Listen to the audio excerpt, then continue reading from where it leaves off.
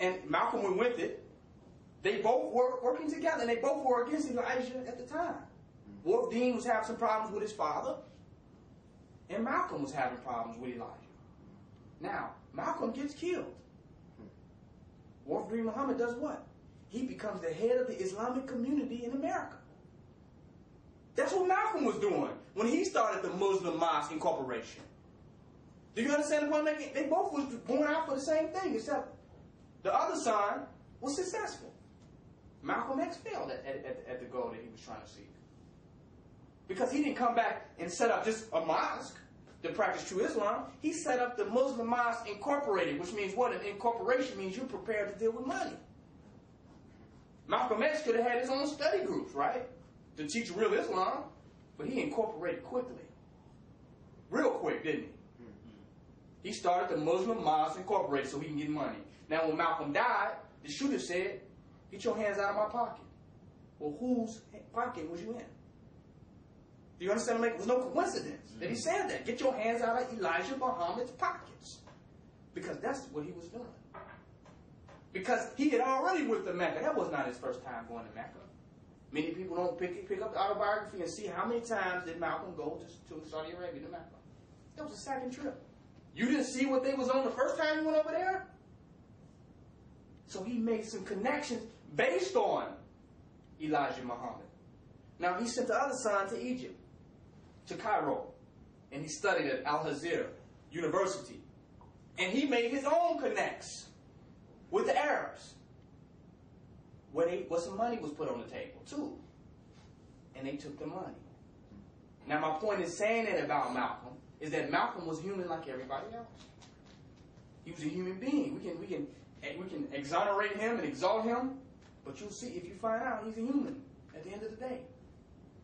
So he was about getting some finance and gaining a position of power and elevating himself. It's the same thing Barack Obama is, no matter what nobody say. He wants to move up in a position of power. You think he just want to be the president because for some humanitarian reason? You can go out and do that on your own. If you can raise millions of dollars and run for office, I'm sure you can set up a not-for-profit entity to help do humanitarian work for the people. I'm sure you can. If you're that skilled, the political arena is the worst place for humanitarian service. Because it's so bureaucratic. You see the point I'm making? So much red tape. And so much impermanence. If Barack get in there, all he can do, in that period of time, 8 years at the most, it can be undone by the next European that step up.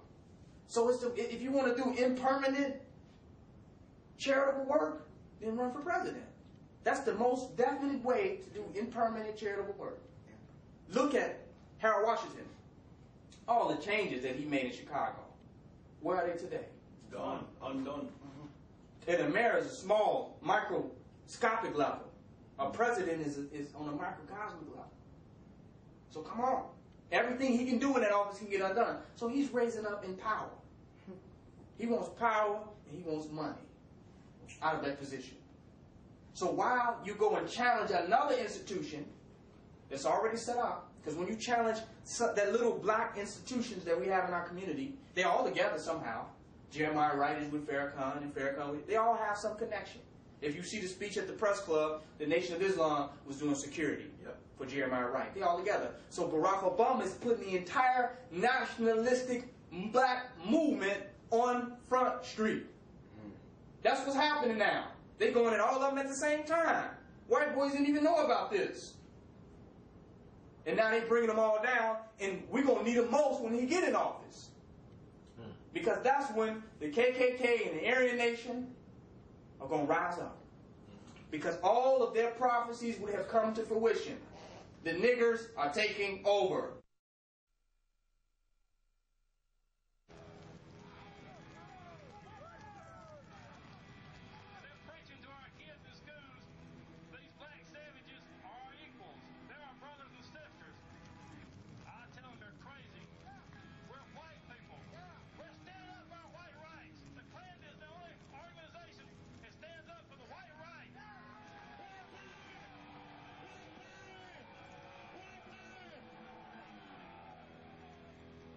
The Klan is the country's oldest terrorist organization. It's engaged in murder, intimidation, segregation, violence, rape, pillage, the worst kinds of crimes. The history of the Ku Klux Klan is a chronicle of hate in America. The legacy of the Ku Klux Klan has been white terrorism. We've had a lot of hangings, a lot of bombings, a lot of shootings. That don't bother me at all. The story of the Klan is one of secrecy, ritual, and misconception. It was founded as a purely social fraternity, very much like a college fraternity, purely as a source of amusement. It wrapped itself in the sacred cloth of Christianity and the hallowed fabric of the American flag, becoming the great fraternal organization of the 1920s. You had governors and senators and legislators elected with the Klan's blessing, and you also had Chief Justice Black of the U.S. Supreme Court. He joined the Klan because he felt it was kind of necessary. It resurrected itself to combat the civil rights movement and launched a violent revolt against the onrushing tide of black equality. Its leaders sought to mask the terror, but the face of intolerance has always dwelled behind the hood. They are a part of American history we would like to forget, but we cannot. We should not. Today, you can see a number of groups who are like the Klansmen, but they simply are not wearing the white sheets. The Ku Klux Klan, a secret history.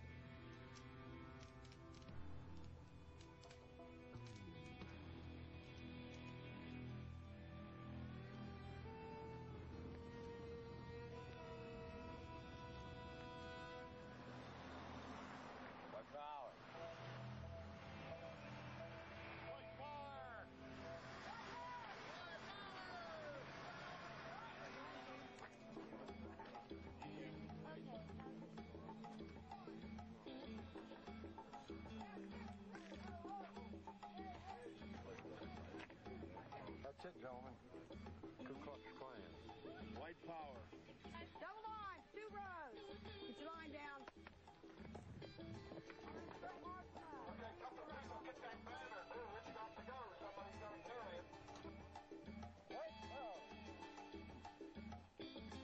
At rallies across America, the Ku Klux Klan assembles to preach its gospel of white supremacy. Good morning, Dobson. We are the Ku Klux Klan. We hate niggers, we hate Jews, we hate faggots, and we hate spicks. We don't have to have a reason to hate them just because they breathe. We hate the filthy bums. You people need to get off your ass and wake up. This is America. The niggers are taking it over and the Jews. Make a stand. Join the Klan. White power! White power! White power! And I hate Jews. I hate them because they exist. I hate them because they breathe. I hate them because they're scum. The goddamn niggers are the scum of the earth. White power!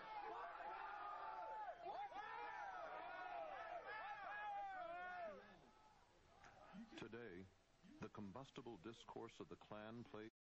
So everybody that they said that spill to are going to be like, well, you were right. All those years. The gun shops are going to sell out. All the sheet shops are going to sell out. Ain't going to be no more white fabric. They're going to buy all that.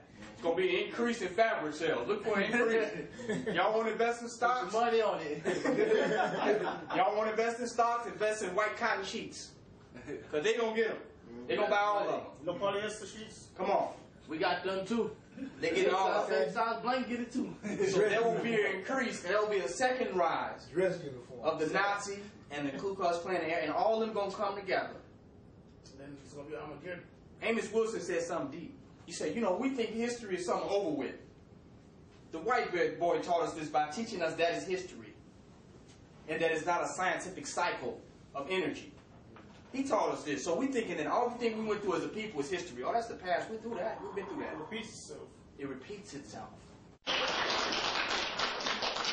Thank you very much, and for the wonderful introduction and for the invitation to appear here before you today. I'm going to talk a bit about what I perceive as the post-civil rights era. Officially, I'll title my talk today, Beyond White Racism, Beyond Civil Rights, Human Rights, and into African Revolution. I'm going to center on the concept of revolution today. And I will tell you why, because I'm sure some of you will think that that's somewhat passé to be talking about revolution. That was something people talked about in the 60s and the 70s, and why I talk about it now. But I think, and I hope that as a result of what I have to say here today, you might change your opinion about that particular topic.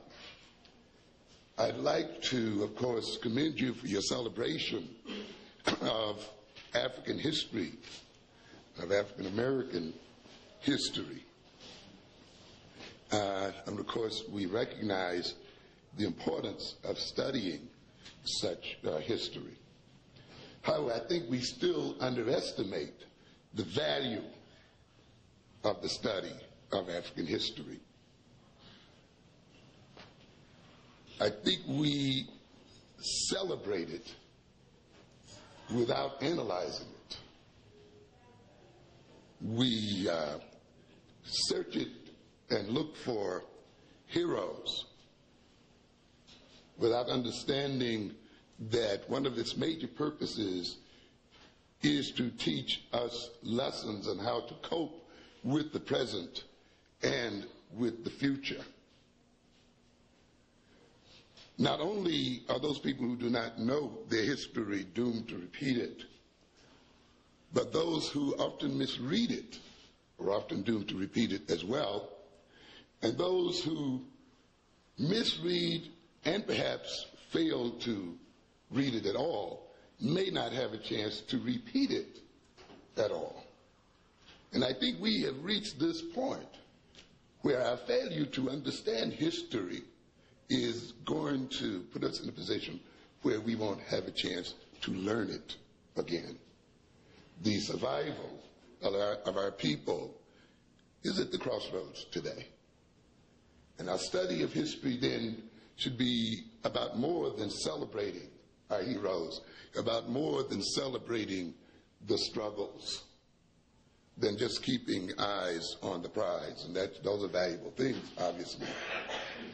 But we must look at history in terms of coming to understand our current and our future obligations and what must be accomplished by those things.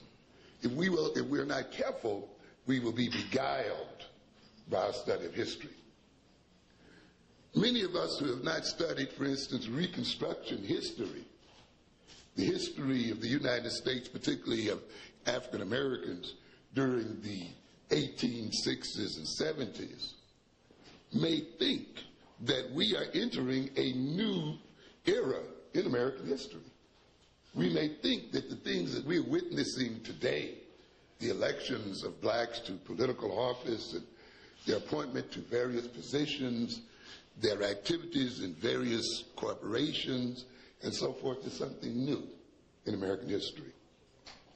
And yet, a study of Reconstruction history will quickly convince us that we are currently undergoing deja vu. Many of us see history as a continuing progress upward and onward. We have bought the American concept of progress, the idea that things must, over time, necessarily get better. There is no law in the universe that tells you that your future survival is assured, that you will continue to exist now and into the future. There have been races and ethnic groups who have been virtually wiped out on this planet. And there's no guarantee that your own group will not be wiped out as well. The idea then that you must necessarily arrive at a point greater than those of your ancestors could possibly be an illusion.